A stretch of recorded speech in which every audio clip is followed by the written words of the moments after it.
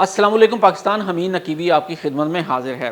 ناظرین، ایک ایسا میزائل جو ایک شخص کندھے پر رکھ کر فائر کر سکتا ہے، دنیا کی سب سے طاقتور فوج کے صدر کے لیے اتنا بڑا خطرہ بن گیا تھا کہ پورا سفری منصوبہ ہی تبدیل کرنا پڑ گیا۔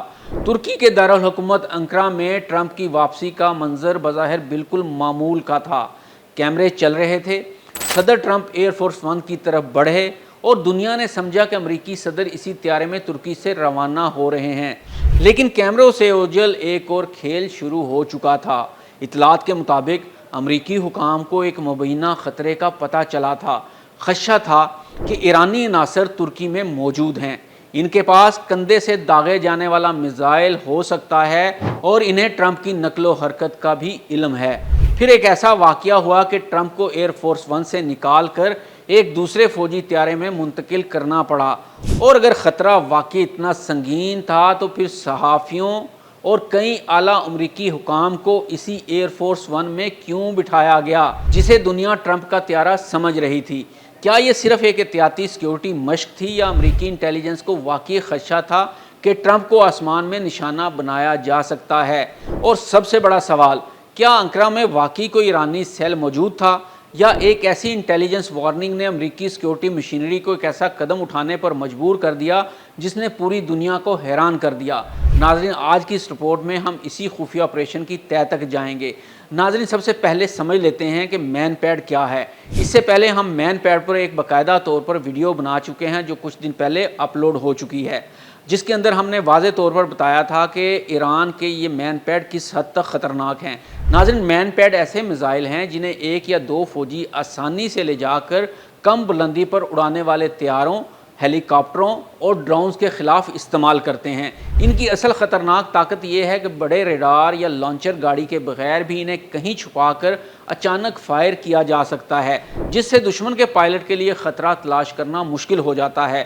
حال ہی میں رائٹرز نے رپورٹ کیا کہ ایران نے چین سے 300 سے 400 مین پیڈز، جن میں QW-12 اور FN-16 شامل ہیں، خریدنے کے لیے $60 سے $70 ملین کا معاہدہ کیا ہے۔ اور یہ اتنے خطرناک میزائل ہیں کہ انفراریڈ سیکر طیارے یا ہیلی کاپٹر کے انجن سے نکلنے والی حرارت کو محسوس کرتے ہیں اور ہدف کو ٹریک کرتے ہیں، اور فائر ہونے کے بعد میزائل اپنی رہنمائی نظام کے ذریعے ہدف کی حرکت کے مطابق راستہ درست کرتا رہتا ہے۔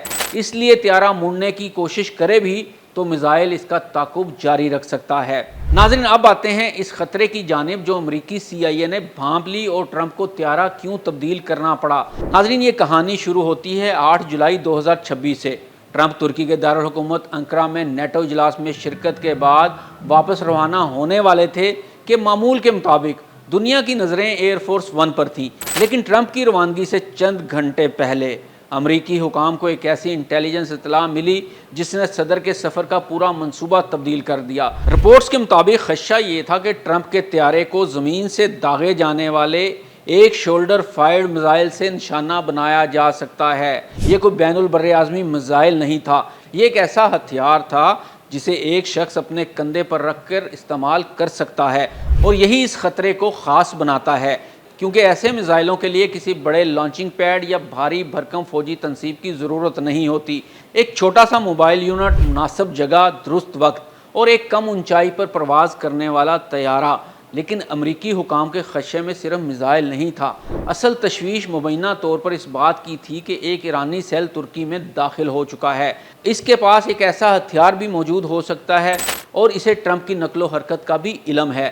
اگر یہ معلومات درست تھی تو معاملہ انتہائی سنگین تھا، کیونکہ اب خطرہ کسی نامعلوم مقام پر موجود دشمن کا نہیں تھا، خطرہ مبینہ طور پر اسی شہر میں موجود تھا جہاں امریکی صدر موجود تھے۔ رپورٹس کے مطابق فیصلہ ٹرمپ کی روانگی سے تقریباً 4 سے 5 گھنٹے پہلے کیا گیا۔ اب مسئلہ یہ تھا کہ ٹرمپ کو ترکی سے نکالا کیسے جائے۔ ایئر فورس ون ایک عام طیارہ نہیں، دنیا بھر میں اس کی شناخت فوری طور پر کی جاتی ہے۔ اگر کوئی شخص صدر کو نشانہ بنانا چاہتا ہے تو اسے صرف ایک چیز جاننا ہوگی کہ صدر کس طیارے میں ہیں، اور یہی وہ مقام ہے جہاں اس پوری کہانی میں ایک انتہائی غیر معمولی منصوبہ سامنے آتا ہے۔ اب یہ تو سب کو پتہ چل چکا ہے کہ صدر نے طیارہ کیسے بدلا، اس لیے ہم آگے بڑھتے ہیں اور بات کرتے ہیں کہ خطرہ اتنا شدید تھا کہ صدر کو اپنے کچھ اہلکاروں کو بھی اپنے ساتھ دوسرے طیارے میں لے جاتے ہوئے خوف محسوس ہوا کہ کہیں کہیں ان میں تو ایرانی جاسوس موجود نہیں ہے۔ کہتے ہیں جب خوف حد سے بڑھ جاتا ہے تو انسان اپنے سائے سے بھی ڈرنے لگتا ہے، اور یہی ہوا صدر ٹرمپ کے ساتھ، اور انہوں نے اپنے کچھ ساتھیوں کو ایئر فورس ون میں سوار کروا دیا اور خود دوسرے طیارے میں سفر شروع کر دیا۔ ایئر فورس ون میں کئی اعلیٰ امریکی حکام اور صحافی موجود تھے۔ وزیر خارجہ مارکو روبیو اور وزیر خزانہ اسکاٹ بھی اسی پرواز میں تھے۔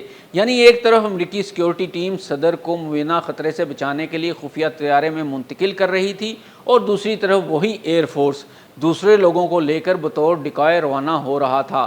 یہ سوال لازماً پیدا ہوتا ہے کہ اگر خطرہ اتنا حقیقی تھا کہ صدر کو طیارہ تبدیل کرنا پڑا، تو پھر باقی لوگوں کو ایئر فورس ون میں کیوں سفر کرنے دیا گیا؟ ان کی زندگیوں کو کیوں غیر محفوظ بنایا گیا؟ اور یہی وہ سوال ہے جو اس پورے آپریشن کو مزید پراسرار بنا دیتا ہے۔ لیکن کیا ایرانی سیل واقعی موجود تھا؟ یہاں پہنچ کر کہانی میں سب سے بڑا موڑ آتا ہے۔ اطلاعات کے مطابق اس مبینہ خطرے سے متعلق انٹیلیجنس معلومات موجود تھیں، لیکن امریکی انٹیلیجنس اداروں کے اندر اس کی مکمل تصدیق نہیں ہوئی تھی۔ یعنی یہ کہنا درست نہیں کہ ایران ٹرمپ کو میزائل سے مارنے والا تھا۔ زیادہ درست بات یہ ہے کہ امریکی حکام کو ایسی انٹیلیجنس اور وارننگ ملی جن میں ممکنہ ایرانی حملے کا خدشہ ظاہر کیا گیا تھا، اور اس خطرے کو مکمل طور پر ثابت نہ ہونے کے باوجود سیکیورٹی ٹیم نے اسے نظر انداز نہیں کیا۔ یہی وجہ ہے کہ اس کہانی میں اصل سوال صرف یہ نہیں تھا کہ خطرہ کتنا بڑا تھا، بلکہ سوال یہ بھی ہے، ایک غیر یقینی خطرے نے امریکی صدر کی سیکیورٹی ٹیم کو اتنا بڑا قدم اٹھانے پر کیوں مجبور کر دیا؟ اور یہاں سے ایران کا سوال اٹھتا ہے۔ ایران اور امریکہ کے درمیان پہلے ہی شدید کشیدگی موجود ہے۔ ایسے ماحول میں اگر امریکی انٹیلیجنس کو یہ اطلاع ملے کہ ایرانی عناصر کسی ایسے ہتھیار کے ساتھ موجود ہو سکتے ہیں جو کم اونچائی پر پرواز کرنے والے طیارے کو نشانہ بنا سکتا ہے، تو صدر کی سیکیورٹی ٹیم کے لیے خطرہ مول لینا انتہائی مشکل ہوگا، کیونکہ صدر کی حفاظت میں ایک بنیادی اصول ہوتا ہے، خطرہ ثابت ہونے کا انتظار نہیں کیا جاتا۔ تو پھر کیا ٹرمپ واقعی ایک ایرانی میزائل کے نشانے پر تھے، یا پھر یہ ایک ایسی انٹیلیجنس وارننگ تھی جس نے دنیا کے طاقتور ترین صدر کے سفر کو بھی خفیہ آپریشن میں تبدیل کر دیا؟ فی الحال جواب مکمل طور پر سامنے نہیں آیا، لیکن ایک بات واضح ہے کہ 8 جولائی کو انقرہ سے ٹرمپ کی روانگی معمول کی پرواز نہیں تھی۔ یہ ایک ایسا خفیہ سیکورٹی آپریشن تھا جس میں صدر کا اصل طیارہ تک دنیا سے چھپا دیا گیا۔ ناظرین، ویڈیو اچھی لگی ہو تو اسے شیئر ضرور کیجیے گا، لائک کیجیے گا، چینل کو سبسکرائب کریں۔ ہمین نقیبی کو اجازت دیں۔ اللہ حافظ۔